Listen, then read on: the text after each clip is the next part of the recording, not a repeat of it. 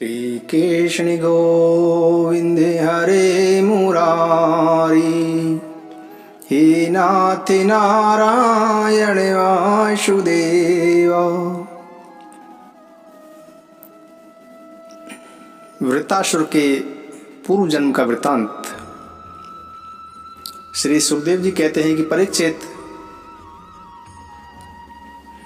प्राचीन काल की बात है कि सुरसेन देश में चक्रवर्ती सम्राट महाराजा चित्रकेतु राज्य करते थे। उनके राज्य में पृथ्वी स्वयं ही प्रजा के इच्छा के अनुसार अन्न रस दे दिया करती थी। उनके 1 करोड़ रानियां थीं और ये स्वयं संतान उत्पन्न करने में समर्थ भी थे, परंतु उनके में से किसी के भी गर्भ से कोई संतान उत्पन्न न हुई। महाराजा चित्रकेतु इस बात से बड़े दुखी रहते थे कि उनके कोई पुत्र नहीं है। एक दिन ऋषि अंगिरा उनके घर आते हैं और उन्हें काफी दुखी देखते हैं, और ऋषि अंगिरा उनको तप करने के लिए बोलते हैं और यज्ञ कराने की सलाह देते हैं। चित्रकेतु को यज्ञ के बाद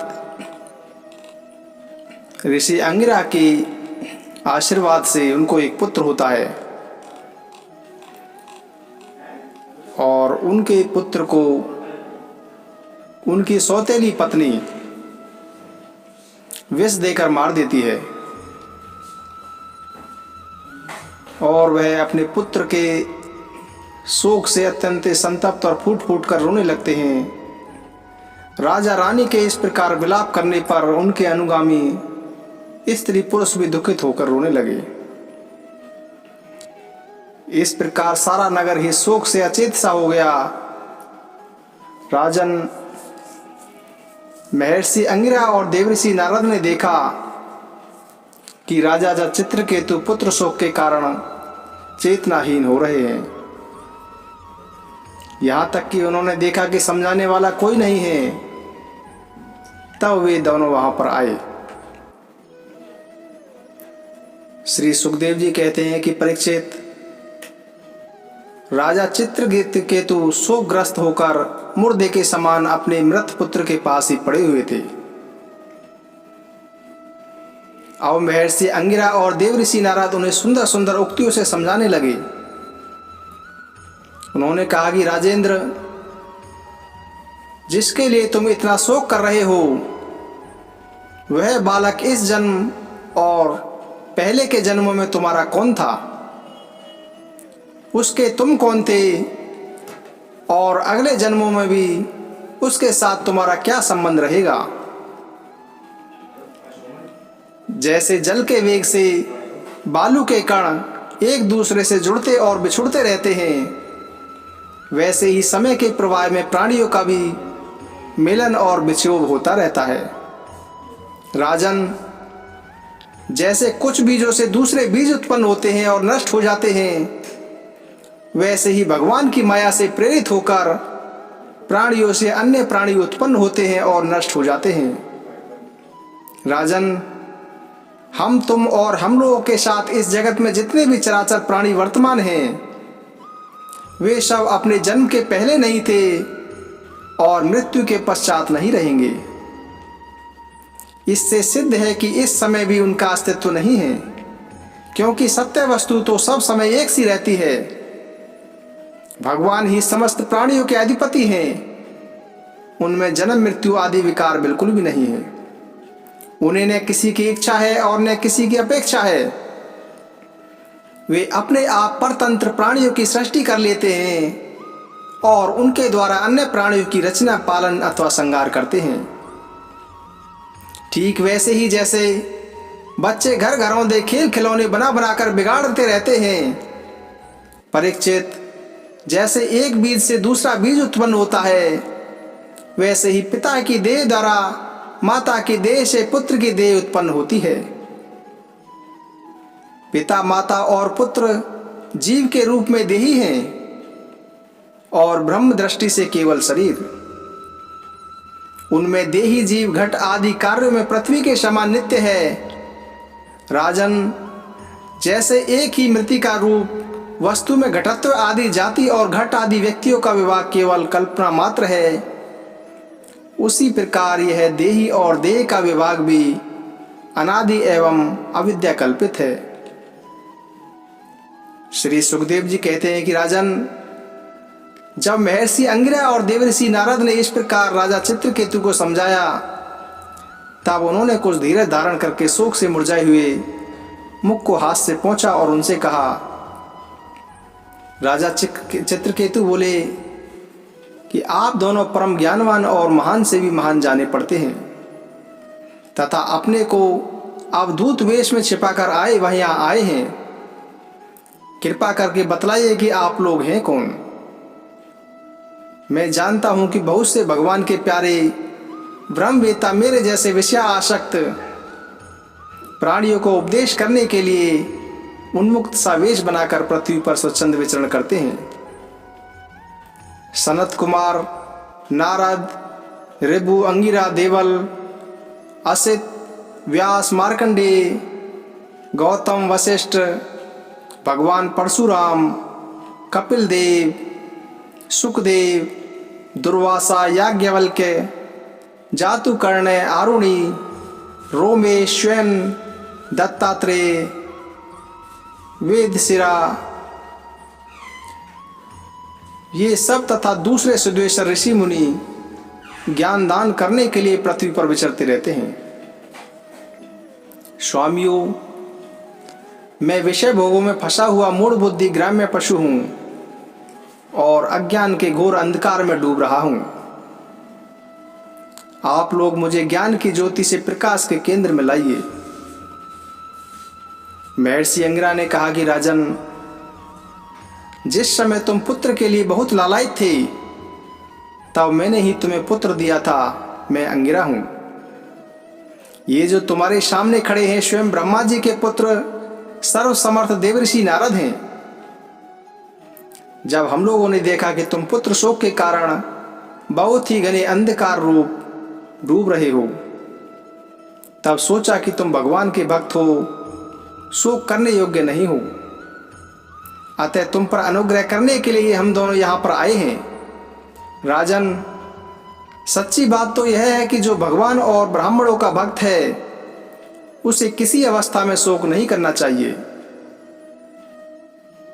जिस समय पहले पहल में तुम्हारे घर आया था, उसी समय मैं तुम्हें परम ज्ञान का उपदेश देता, परंतु मैंने देखा कि अभी तो तुम्हारे हृदय में पुत्र की उत्कट लालसा है, इसलिए उस समय तुम्हें ज्ञान न देकर मैंने पुत्र ही दिया। अब तुम स्वयं अनुभव कर रहे हो कि पुत्रवानों को कितना दुख होता है। यही बात स्त्री, घर, धन, विविध प्रकार के ऐश्वर्य, संपत्तियां, शब्द, रूप, रस आदि विषय, राज, वैभव, पृथ्वी, राज्य, सेना, खजाना, सेवक, सगे संबंधी, इष्ट मित्र सबके लिए है,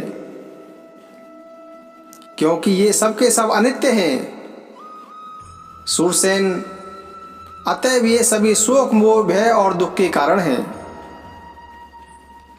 मन के खेल खिलौने हैं, सर्वथा कल्पित और मिथ्या हैं, क्योंकि ये न होने पर भी दिखाई पड़ रहे हैं। यही कारण है कि ये एक क्षण भर दिखने में भी दूसरे क्षण में लुप्त हो जाते हैं। ये गंधर्व नगर स्वप्न, जादू और मनोरथ की वस्तुओं के समान सर्वथा असत्य है। जो लोग कर्म वासनाओं से प्रेरित होकर विषयों का चिंतन करते रहते हैं, उन्हीं का मन अनेकों प्रकार के कर्मों की सृष्टि करता है। जीवात्मा का यह देह, जो पंचभूत, ज्ञानेंद्रिय और कर्मेंद्रियों का संघात है, जीव को विविध प्रकार के क्लेश और संताप देने वाली कही जाती है।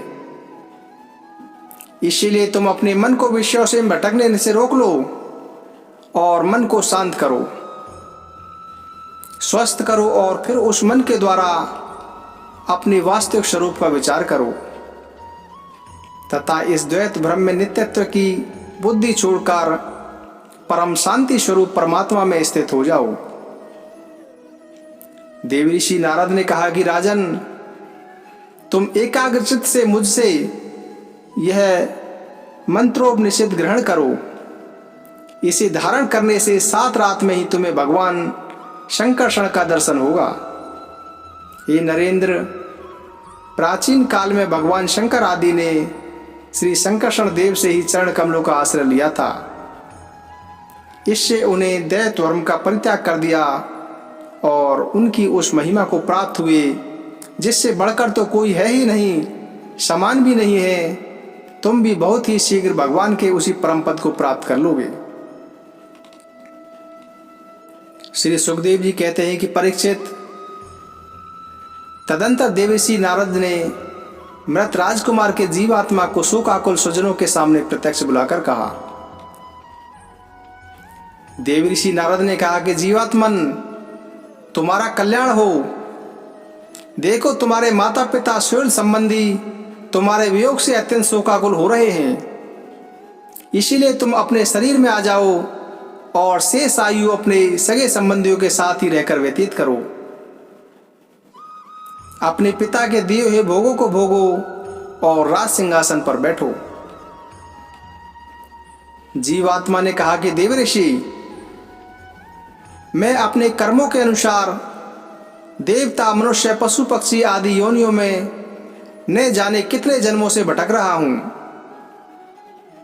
उनमें से ये लोग किस जन्म में मेरे माता पिता हुए, विभिन्न जन्मों में सभी एक दूसरे के भाई बंधु, नाती गोती, शत्रु मित्र, मध्यस्थ, उदासीन और द्वेषी होते रहते हैं। जैसे स्वर्ण आदि क्रय विक्रय की वस्तुएं एक व्यापारी से दूसरे के पास जाती आती रहती है, वैसे ही जीव भी भिन्न भिन्न योनियों में उत्पन्न होता रहता है। इस प्रकार विचार करने से पता लगता है कि मनुष्यों की अपेक्षा अधिक दिन ठहरने वाले स्वर्ण आदि पदार्थों का संबंध भी मनुष्यों के साथ स्थायी नहीं रहता। वह भी क्षणिक ही होता है और जब तक जिसका जिस वस्तु से संबंध रहता है तभी तक उसकी उस वस्तु से ममता भी रहती है।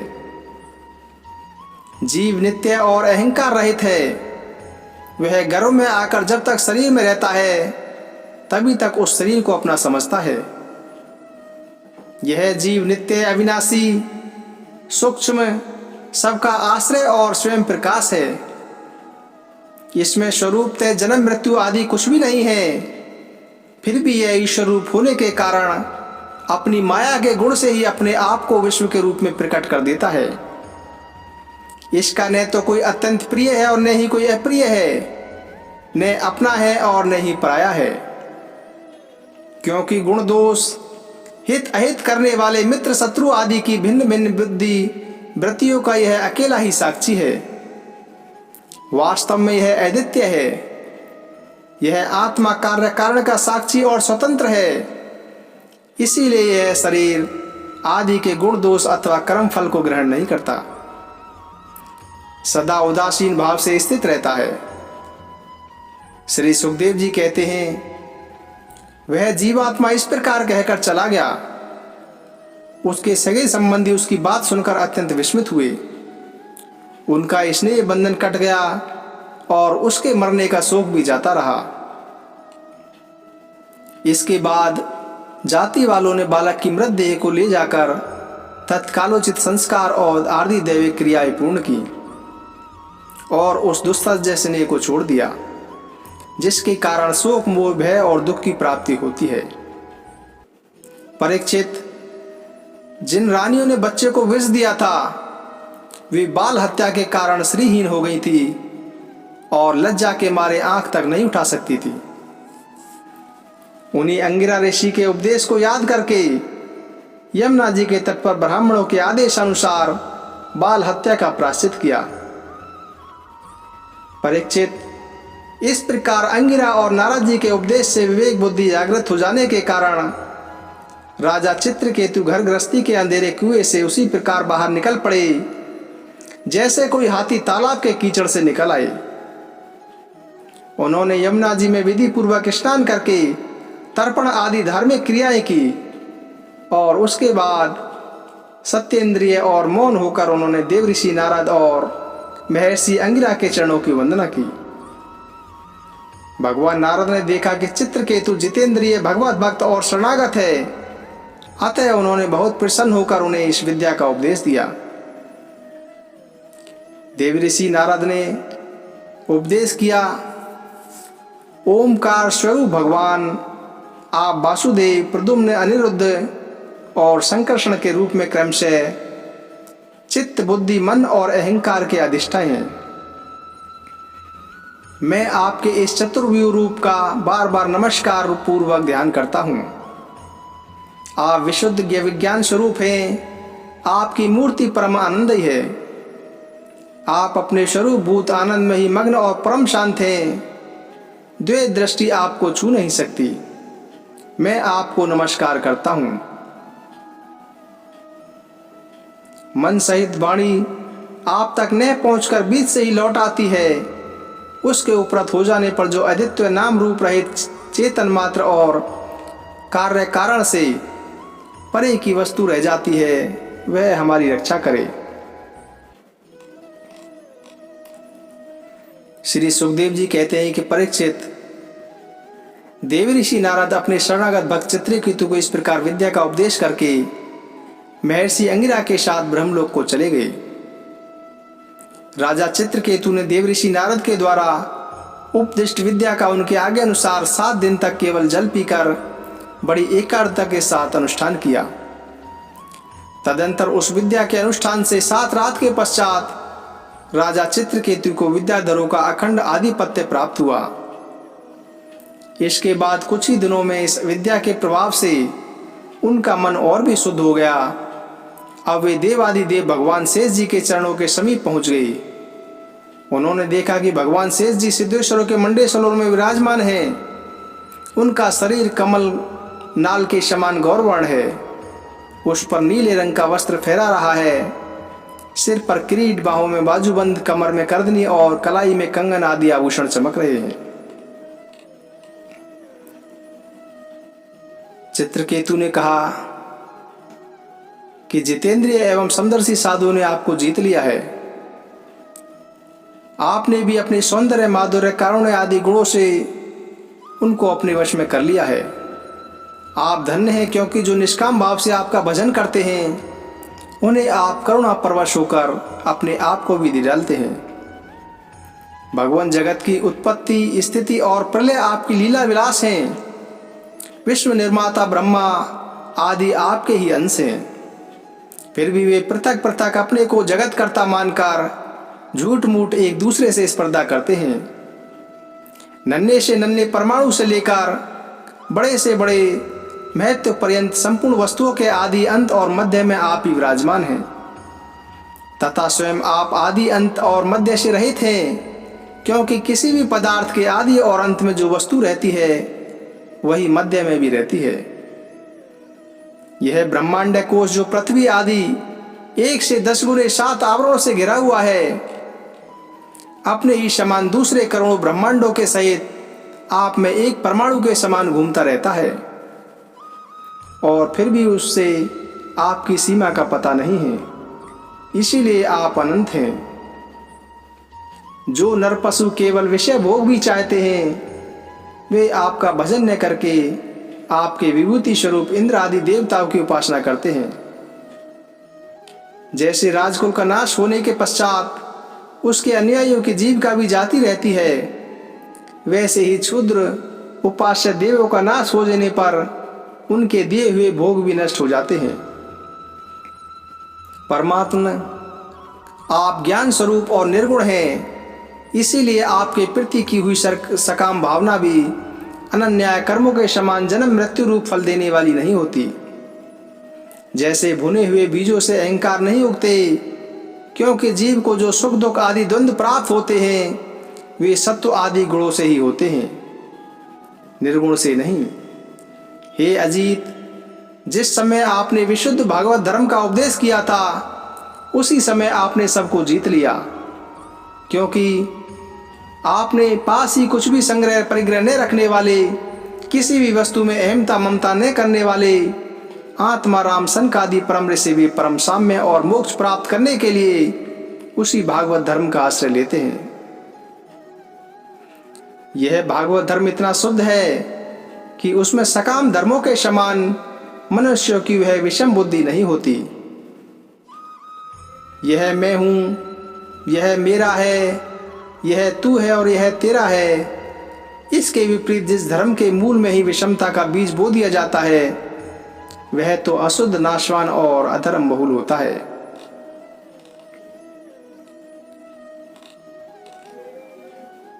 श्री सुखदेव जी कहते हैं कि राजन, जगत गुरु विश्वात्मा भगवान श्री हरि चित्रकेतु को इस प्रकार समझा बुलाकर उनके सामने ही वहां से अंतर्ध्यान हो गए। श्री कृष्ण गोविंदे हरे मुरारी, हे नाथ नारायण वासुदेवा। श्री कृष्ण गोविंदे हरे मुरारी, हे नाथ नारायण वासुदेवा। जय श्री कृष्ण, जय श्री कृष्ण।